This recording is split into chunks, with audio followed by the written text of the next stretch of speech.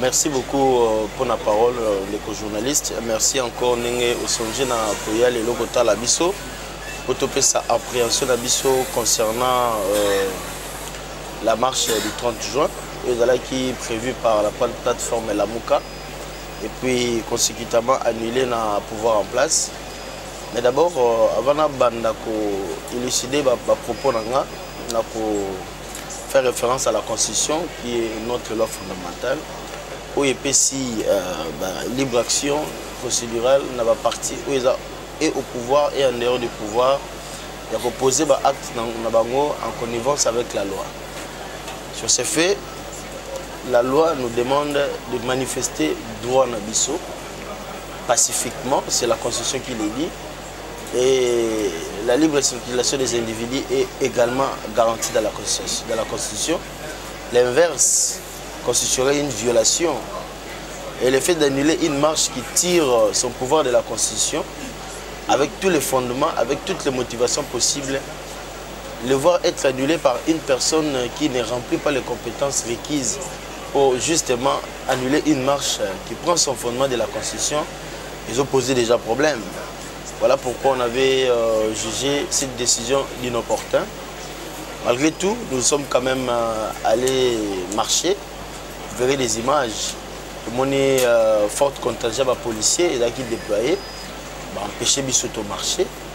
Mais nous étions quand même là. On a constaté, malheureusement, comme nous sommes un mouvement pacifique, de l'ingagi kokende au-delà et au la bras de fer puisqu'il faut respecter sur l'ordre public.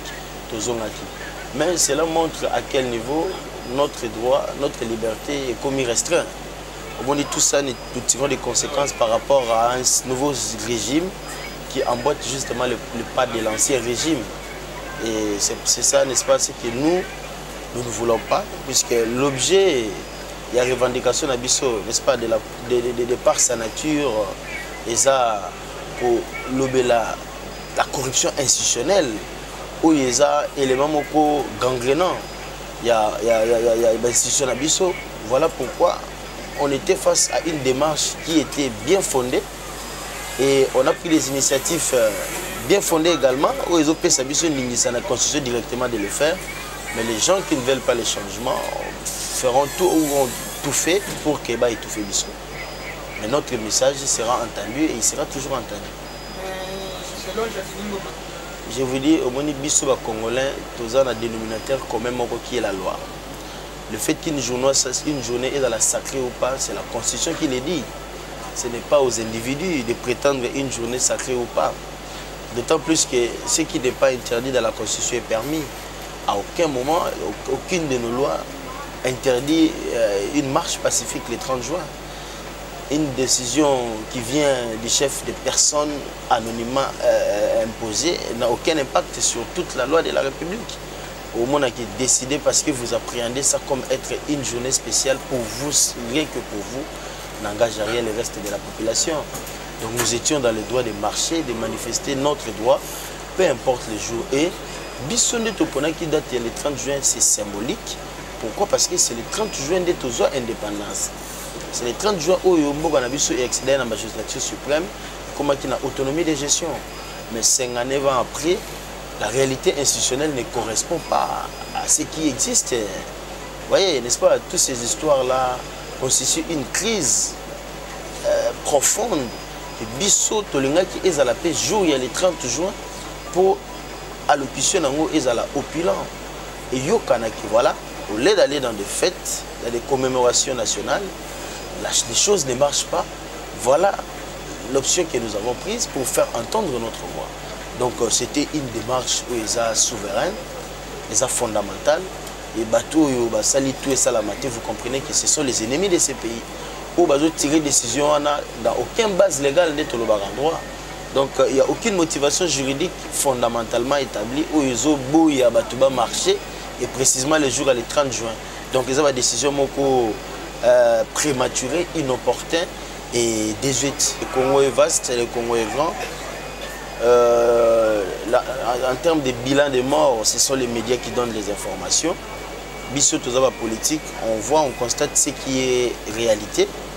J'ai été informé aussi que Koufi, c'est une triste nouvelle. Je ne sais pas dans quelles conditions Moutouana Koufi, mais si c'est en rapport avec cette journée des 30 jours ou bien avec la marche où ils ont été avortés par le politique en place, c'est triste à constater. Et sur base de la revendication, il y a droit à un individu à Koufa. Pendant que la Constitution aussi donne son fondement dans la liberté de l'individu. L'homme est libre d'abord dans la société. Restreindre de la liberté de l'homme constitue une violation de Nazoloba. Donc c'est quelque chose que nous sommes en train de tirer des conséquences. Et c'est un mauvais signe par rapport à ces nouveaux régimes où ils vont souffrir des manques de souveraineté, manque de légitimité, mais qui s'engagent dans une voie où ils commettent des abus vis-à-vis de la population qui réclame ses droits. Donc nous comprenons qu'il n'y a rien qui change.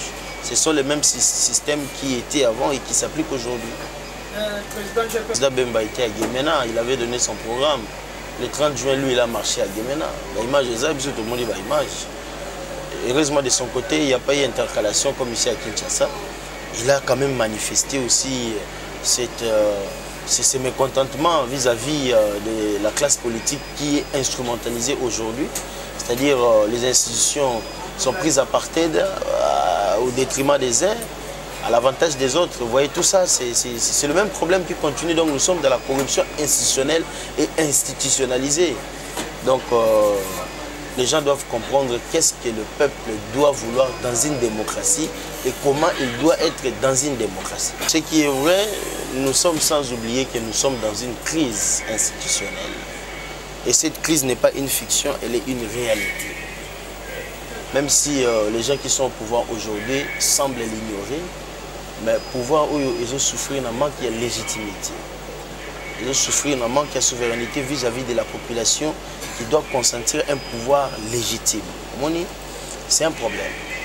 C'est un problème d'autant plus qu'il y a un pouvoir politique qui devrait être au pouvoir, mais qui ne l'est pas, suite à une instrumentalisation, il y avait l'institution d'appel à la démocratie qui donne le pouvoir à une autre personne. C'est une réalité que nous vivons. C'est Martin Fayoulou qui était supposé être président. Mais il ne l'est pas. On voit, c'est Félix qui est président de la République. Il y a une crise que nous ne pouvons pas faire semblant. Alors, Martin Fayoulou, comme candidat président élu, a tout à fait aussi les moyens, n'est-ce pas, de chercher les voies de sortie de cette crise. Ce n'est qu'une proposition qu'il fait vis-à-vis de la personne de Félix Tshisekedi comme président de la République, puisqu'il est légalement établi président de la République par la Cour constitutionnelle, mais qui souffre de l'illégitimité populaire et de la manque de souveraineté. Alors partant de cette crise, voilà pourquoi il y a cette proposition. Et il faudrait chercher à savoir quelle est cette proposition. Ce n'est pas une mauvaise chose. Puisque nous sommes dans une crise, il faut chercher à sortir de cette crise.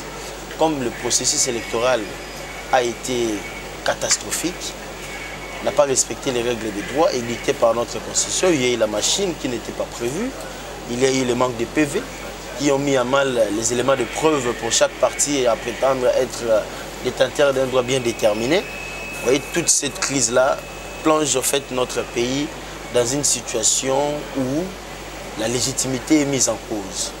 Voilà pourquoi Martin Fayoulou a mis en place ce qu'il appelle, ou ce que la commission Lamouka a dit, le Haut Conseil national des réformes institutionnelles. C'est-à-dire, c'est une commission qui est là justement pour mettre en place la réforme des institutions. Et la réforme des institutions ne passe que par des voies électorales, bien entendu, et il doit y avoir impérativement une approche dans ce sens-là pour sortir de cette crise. La proposition, certes, peut être mal comprise par les uns et les autres, mais s'il s'agit de légitimité, c'est ça le fondamental d'une république pour que les choses avancent. Même le président en place ne peut pas travailler avec les bâtons dans les roues, puisque tant qu'il ne se rendra pas compte qu'il y a la crise, on peut travailler bien. Tu vois, tout ça, ça pose problème. Et je crois que le délai imparti, c'est de 12 à 18 mois, d'où on aura à la tête de la République Félix Tshisekedi comme président, et chercher à aller dans de nouvelles élections, toutes les élections présidentielles, législatives et ainsi de suite, pour permettre à ce qu'il y ait crédibilité vis-à-vis des personnes qui seront réellement élues par le peuple et pour que la souveraineté nationale soit bien établie. Donc je pense que cette proposition n'est pas mauvaise. Si M. Félix Tshisekedi est consentant, il doit comprendre que son pouvoir est mis en cause par la majorité de la population, qui n'est pas une bonne chose pour lui.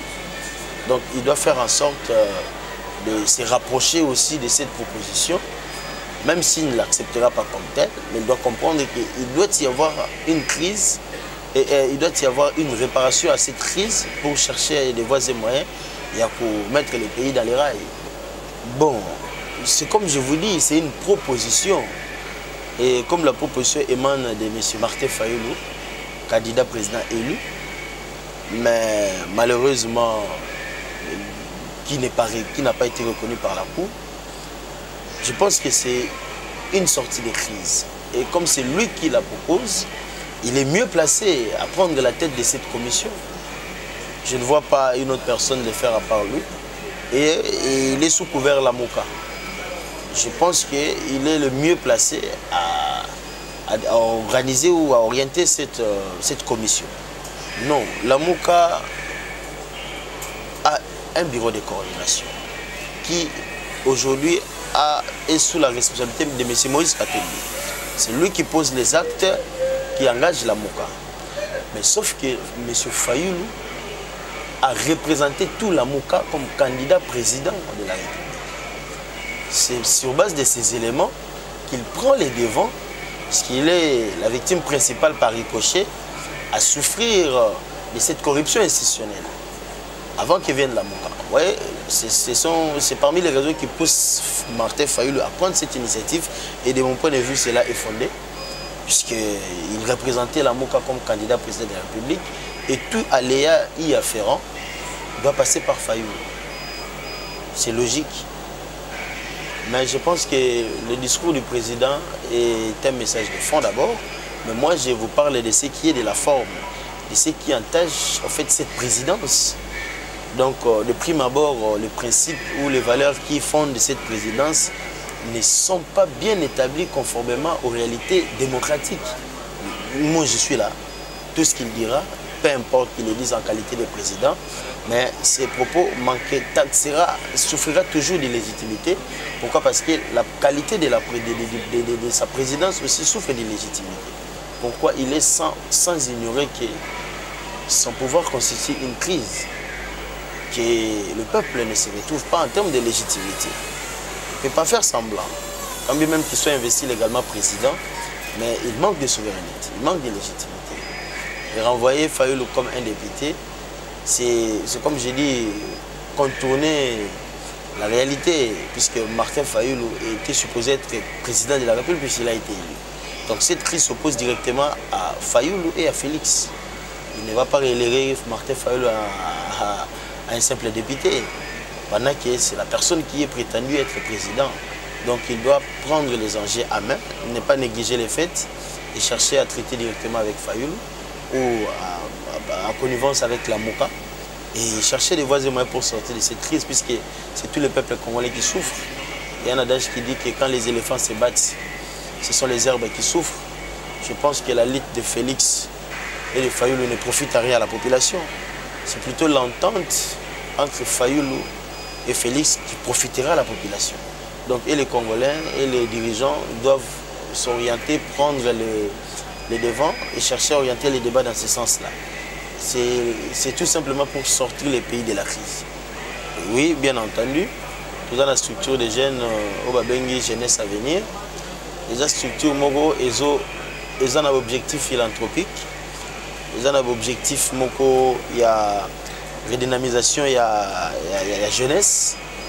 Je ne sais pas dire tous les condensés de notre émission, mais nous ciblons cette classe de la jeunesse où moralité et espoir et redynamiser au fait l'esprit des jeunes, conscientiser les jeunes à prendre à main leur avenir, n'est-ce pas? Et tout cela, ce sont les objectifs tous assignés. Nous sommes déjà sur le terrain, nous posons déjà des actes et des actions. La preuve est qu'aux images, aux coachés la bande de Gonapso Baromona, mais sauf que officiellement, nous voulons revêtir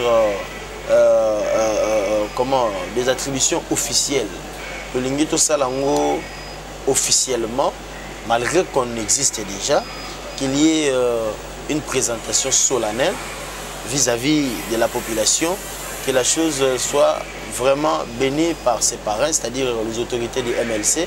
Et je vous invite aussi, je peux me permettre aussi de donner cette date-là. Donc c'est le 25 août que nous aurons à faire cette inauguration, cette sortie officielle de la jeunesse à venir du MLC, puisqu'on s'est dit, nous les jeunes, nous devons nous orienter idéologiquement et chercher à sauver l'avenir de notre pays qui est surtout pris en main par les jeunes aujourd'hui, puisque nous aujourd'hui les jeunes, nous serons appelés demain à être à la tête de ces pays et chercher à former et à faire avancer les pays. Donc c'est un relais que nous prenons et comme le relais nous revient maintenant, nous faisons tout pour que nos voix soient entendues. Avant que ce soit une structure du MLC, c'est une structure de jeunes. Vous voyez, c'est bien dit, jeunesse à venir. On parle de tous les jeunes Congolais, leur avenir. Comme idéologiquement, nous partageons la philosophie politique du MLC, voilà pourquoi nous avons voulu être sous ces parrainages, sous ces labels, pour en fait éclore nos ambitions. Il y a un bureau administratif qui existe. Je pense que je ne sais pas donner tous les détails aujourd'hui, mais j'invite les gens qui veulent bien adhérer, qu'ils viennent le 25. Ils auront toutes les informations et il y a un service de communication qui sera mis en place qui donnera toutes les informations liées à ces structures.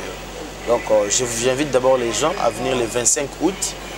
L'adresse sera communiquée dans les médias, tout le monde sera tenu au courant. Nous sommes en République démocratique du Congo, c'est un grand pays qui est immensément riche, mais paradoxalement pauvre. Cela exige des gens comme nous une certaine dextérité, une certaine moralité dans tout ce que nous faisons. Et les ambitions que nous projetons aujourd'hui puissent sauver le Congo. Nous voulons voir dans ces pays repartir avec des fondements qui correspondent réellement à notre système politique et la démocratie, voir le pouvoir être détenu par le peuple et pour le peuple, voir à la tête des institutions des gens qui viennent de la volonté populaire.